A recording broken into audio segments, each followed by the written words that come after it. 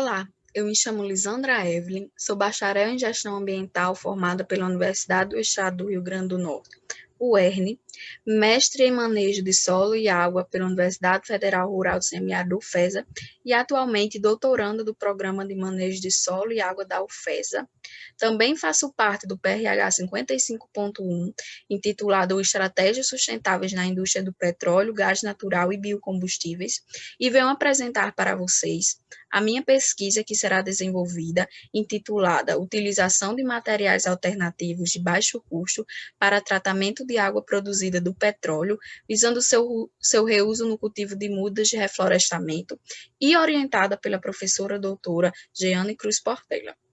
Introduzindo sobre o tema, podemos remontar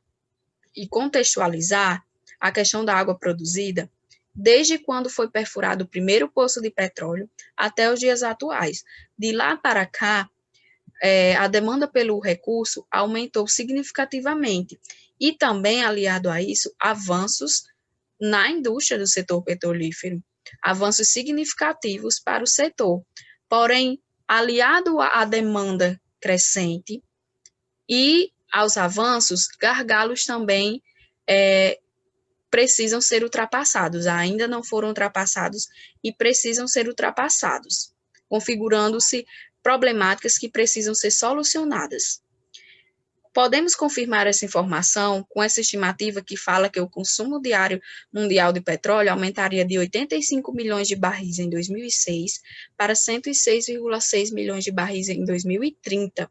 e que essa extração chega a ser responsável por mais de 80% dos resíduos líquidos gerados, a citar a água produzida do petróleo, chegando a ser ainda maior esse percentual em campos de petróleo envelhecidos ou campos maduros de petróleo. Como podemos perceber, é significativa a porcentagem da produção de resíduos líquidos que precisam ser descartados. Esses resíduos líquidos, em países que convivem com a falta de água, ela pode ser vista como uma grande chave, uma virada de chave, o tratamento para utilização em diversos setores, desde o paisajístico até a produção de alimentos. A água produzida, ela pode ser tratada de forma não só a atender aos padrões ambientais estabelecidos pelos órgãos, mas também vir a ter a outras utilizações. Atualmente, o que acontece? Essa água ela é reinjetada dentro da própria indústria petrolífera ou descartada, obedecendo os padrões de lançamento estabelecidos pelos órgãos. Porém, como se trata de um resíduo líquido e através de estudos e técnicas de tratamento, essa água poderá ser utilizada para outros fins, e em países que convivem com a falta de água, isso pode ser uma grande riqueza. Podemos observar que, diante de uma estimativa de cerca de 250 milhões de barris de água produzida, mais de 40% é descartado no meio ambiente, o que configura-se preocupante. Embora os métodos de tratamento atuais obedeçam a técnicas de caráter físico, químico e biológico, ainda assim é possível encontrar resquícios de óleo na água e outros componentes poluentes dissolvidos. Então, técnicas de tratamento precisam ser utilizadas, precisam ser pesquisadas, e ainda mais de baixo custo, pois os métodos atuais utilizados demandam de uma grande estrutura, são utilizados processos individuais para que no final se tenha um tratamento da água, além do custo elevado. Por isso, essa pesquisa parte do objetivo de avaliar o potencial de resíduos oriundos da biomassa, ou seja, cinzas, tanto de biomassa, como a casca do arroz e a cana-de-açúcar, como também industriais, cinzas das indústrias cimenteiras e siderúrgicas, como materiais adsorventes em coluna de leito fixo para tratamento da água e sua posterior aplicação na irrigação para mudas de reflorestamento. Como objetivos específicos para se atingir o objetivo geral, tem-se caracterizar o tamanho do grão das cinzas dos rejeitos utilizados, ou seja, vai ser feita inicialmente uma caracterização das cinzas dos materiais selecionados, Essa caracterização vai ser por fluorescência de raio-x e difração de raio-x. Vamos caracterizar a água quanto a seus parâmetros físico-químicos, avaliar a eficiência de adsorção dos principais contaminantes presentes na água produzida, utilizando sistemas de adsorção em leito móvel e uma coluna de leito fixo, constituída das cinzas adquiridas. Após isso, será feito um mapeamento por modelagem fatorial para avaliação do sinergismo entre as variáveis do processo, avaliar o efeito da água produzida pós-tratamento, pós-passagem pelo leito fixo, sobre características de crescimento e desenvolvimento de mudas de espécies nativas da região semiárida nordestina, irrigadas com água tratada, e avaliar o efeito da concentração dos componentes da água produzida também pós-tratamento no solo em que as mudas serão cultivadas e manejadas. Sobre a relevância do tema, o desafio de tratamento da água produzida persiste. Como eu falei anteriormente, apesar das técnicas individualizadas aplicadas, é preciso um alto custo, manutenção onerosa e processos que, mesmo assim, ainda podem deixar resquícios de contaminantes presentes na água, contaminantes muito bem dissolvidos. E aí, é importante que essa água esteja tratada e dentro dos padrões para que possa se dar outros usos, além do descarte e reinjeção na indústria. Uma outra estimativa que pode ser citada é que durante a vida econômica de um poço de petróleo, o volume de água produzida pode chegar a exercer 10 vezes o volume de produção de óleo, ou seja, é produzido mais água do que o próprio óleo durante a extração, perfuração e produção de óleo e gás, petróleo e gás dos campos de produção. E aí podemos citar novas alternativas de tratamento, dentre elas o processo de adsorção, que é visto muito como um processo muito positivo devido ao seu poder de remoção, alto poder de remoção. Pesquisas demonstraram que foram retirados mais de 85% de contaminantes da água através de processos de adsorção, contaminantes esses como metais pesados, dentre outros, pelo custo-benefício, pois faz reutilização de materiais de baixo custo, tem uma manutenção simples e fácil e não necessita de processos individualizados para o tratamento da água. Por isso que é vista como uma nova alternativa de tratamento positiva, vista com bons olhos e vem sendo muito discutida dentro da literatura atual sobre o tema. E aí, também, dentro dessa linha de discussão dentro da literatura, vem sendo dado destaques a materiais alternativos, né, devido materiais como carvão, que é muito utilizado, mas também vem sendo amplamente discutido de forma positiva a casca de arroz e também abre margem para outros materiais de baixo custo.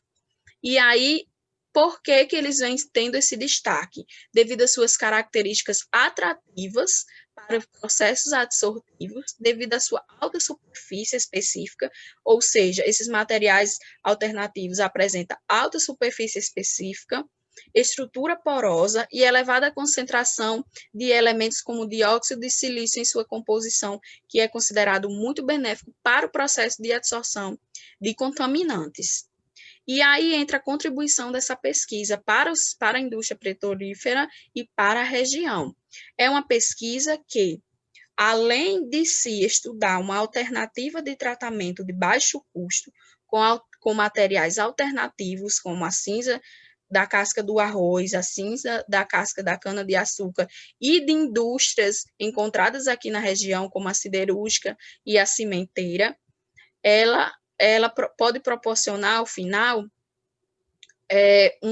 uma diminuição do passivo ambiental da indústria ambiental, já que, além do estudo da técnica de tratamento, do método de tratamento, temos a proposição, né, de estudar a utilização dessa água no cultivo e manejo de mudas nativas da região, de espécies nativas da região Nordeste, semiária onde estamos inseridos. Então, ela é tanto importante para o setor da indústria, porque pode ser uma alternativa positiva para um dos maiores gargalos que a indústria ainda enfrenta, tanto offshore como onshore, como também proporciona benefícios para a região, dando um fim positivo para rejeitos, como os seus rejeitos que vão ser transformados em cinzas e reutilizados por meio desse processo de adsorção, e também traz benefícios para a questão do passivo ambiental da indústria. E aí, a metodologia que será empregada na pesquisa. Inicialmente, vai se obter a cinza dos bagaços industriais. Posteriormente à obtenção dessas cinzas, será feita uma caracterização para entender a composição morfológica dessas cinzas e sua composição química. Posteriormente à obtenção das cinzas e conhecimento da sua composição, será realizado os testes de adsorção por meio da montagem de colunas de leito fixo para o tratamento da água, que eu vou especificar mais para frente. Posteriormente, essa realização dos testes, será realizado um mapeamento por superfície de resposta, que vai ter como produto uma imagem, um gráfico parecido com esse, por meio do software Estatística 10.0, será utilizado esse software e o produto será algo semelhante a esse da imagem meramente ilustrativa, será para entender a interação entre as variáveis e ver qual a melhor cinzas a ser utilizada, quais os melhores métodos para serem utilizados para o tratamento, e, por fim, uma fase experimental que será dividida em duas partes. Será feita, eu também vou apresentar mais à frente, mas só adiantando, essa fase experimental, ela vai ser responsável pelo plantio e monitoramento solo-planta, cultivados, manejados, juntamente com a água produzida, tratada, que passou por essas colunas de leito fixo. Vamos entender um pouco mais. Vamos obter as cinzas, depois caracterizá-las e aí realizar os testes de adsorção com a montagem das colunas. O esquema das colunas vai ser basicamente esse do esquema aqui, desse sistema de bancada do processo de leito fixo. Vamos ter um reservatório com um efluente, a água produzida, adquirida. Essa água produzida vai passar por colunas, e essas colunas vão ter várias camadas, a camada de areia, a camada de cinza, e essa água vai passar por aqui e entrar no reservatório de coletas do efluente filtrado. E aí, a partir daqui, desse processo que a água vai fazer, passar pelas colunas, uma coluna, outra coluna, e cai nesse reservatório, essa água vai ser coletada e aplicada na fase experimental da pesquisa. A fase experimental da pesquisa, ela vai ser conduzida em ambiente protegido e controlado, como essas estufas aqui da imagem. Ela vai ser em ambientes controlados, e as espécies de plantas nativas da região vão ser colocadas nas estufas de forma aleatória, definida por delineamento estatístico. Então, elas vão ser organizadas de forma aleatória, de acordo com o delineamento estatístico, e vão ser irrigadas com a água de água produzida tratada. E aí vão ser acompanhadas e monitorado o desenvolvimento e crescimento dessas plantas, analisando parâmetros como análise foliar, crescimento, fitomassa, composição nutricional da planta, vai ser realizada para acompanhar e comparar com os dados da literatura para ver os efeitos da água produzida aplicada no crescimento e desenvolvimento dessas plantas, assim como também será realizadas análises de solo, onde as plantas serão implantadas, onde as mudas serão implantadas, e cultivadas. Análises físicas, químicas do solo, como análise granulométrica de densidade do solo, densidade de partículas, composição nutricional, também serão avaliados para ver quais os efeitos que a água produzida utilizada também causam nesse solo. E aí, os resultados esperados diante disso é que se possa ter uma recomendação de uma técnica de baixo custo e que seja eficiente para o tratamento da água produzida, informações sobre o desenvolvimento das espécies de plantas estudadas, bem como do solo, quando cultivadas, né, sob irrigação da água produzida tratada por meio da técnica, né, de leito fixo, e introduzir ou incentivar o reuso da água produzida tratada no cultivo de mudas de espécies de plantas nativas da região, que é muito importante essa questão de utilizar plantas nativas da região,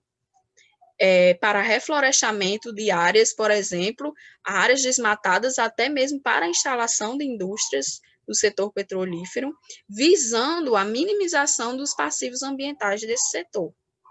E, além de tudo, contribuir cientificamente para solucionar um dos grandes gargalos da sustentabilidade da indústria. Aqui as referências utilizadas na apresentação, e muito obrigada.